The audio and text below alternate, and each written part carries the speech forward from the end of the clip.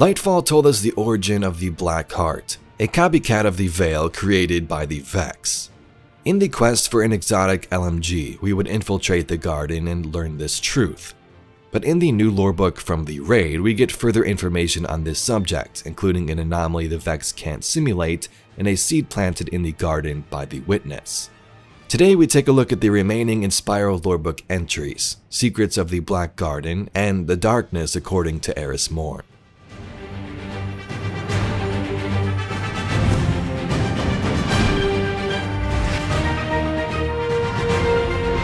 Welcome Guardians, hope you're having a great day. Over the last few months we've spaced out our adventure into the Inspiral lorebook, talking about the First Knife, an unknown disciple, and the Galactic Empire of Darkness.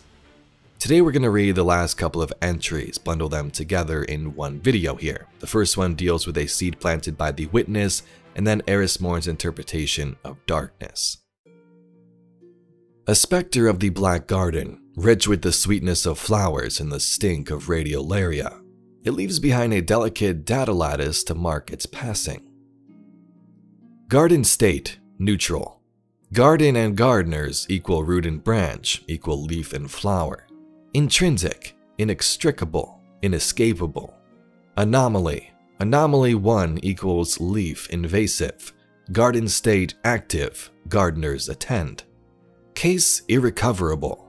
If irretrievable injury, garden and gardeners, and threat persistence, then escalation, escalation. Anomaly status present, tracked, new. No archive referent, simulation failed.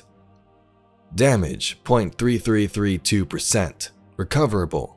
Danger, recovery projection and resolvable. Repeat, repeat. Set irresolvable equals irrecoverable equals irretrievable. Anomaly.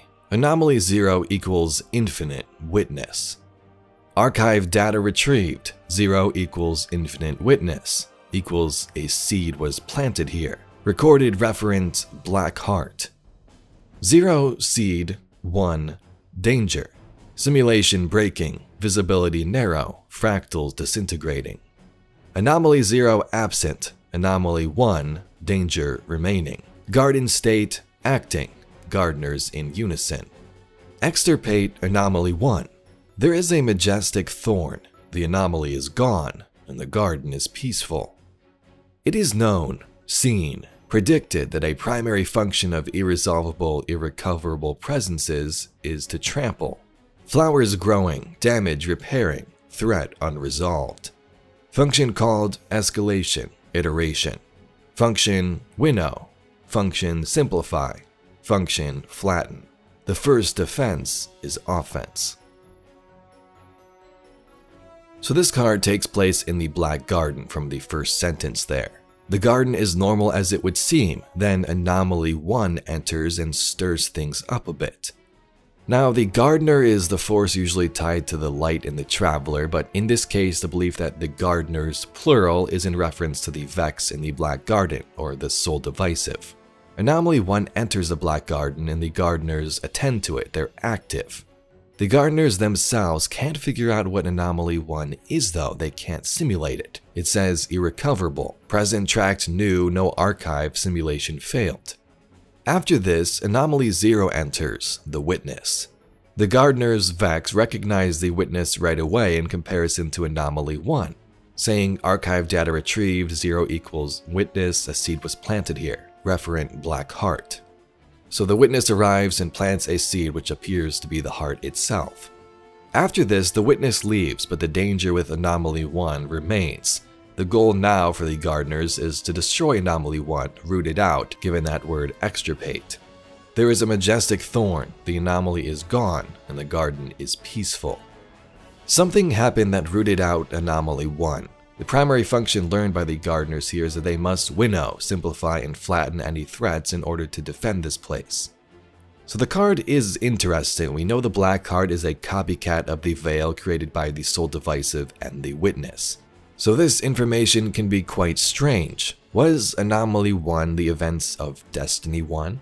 One of the beliefs is that our guardian is the invasive leaf, Anomaly 1. The Vex couldn't simulate it, which would make sense if it was our guardian, and maybe when Anomaly 1 was rooted out, it was just our guardian leaving the garden.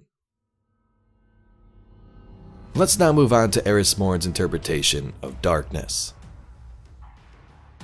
A nightmare of Luna, of that which waits below, of disaster and wreckage, and inexplicable warm camaraderie tangled together. It leaves behind a journal page with familiar handwriting to mark its passage. 6 of us went down into the pit, and only 1 crawled out. This is how it was, and that is how it is. I have not wanted to look back at that time, but lately it has become prudent to examine what is and what is not known as darkness. I know darkness. I have been trying to distinguish the darkness from the framework the Hive used to shape it for long and long, but they are deeply intertwined.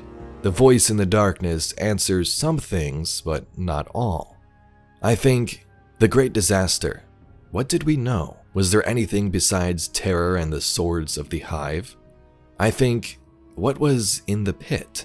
The lunar pyramid was here all along, as we know. Since the collapse, its darkness has seeped into Luna, into all that surround it. Could one write a treatise on the subspecies of Hive, on the differences written in the various plates of chitin?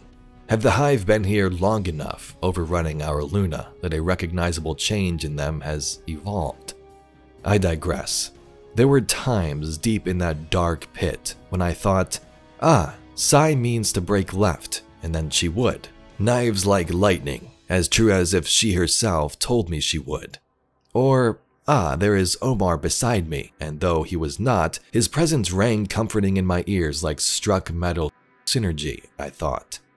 The closeness that combat creates. We were pinned together in the dark, and so we learned to read each other perfectly, for to do otherwise would have been to die sooner. Anecdata? Perhaps. Always the quiet voice that says to temper my expectations, that it is wishful thinking to imagine that they lie beside my heart instead of nightmares floating in my wake.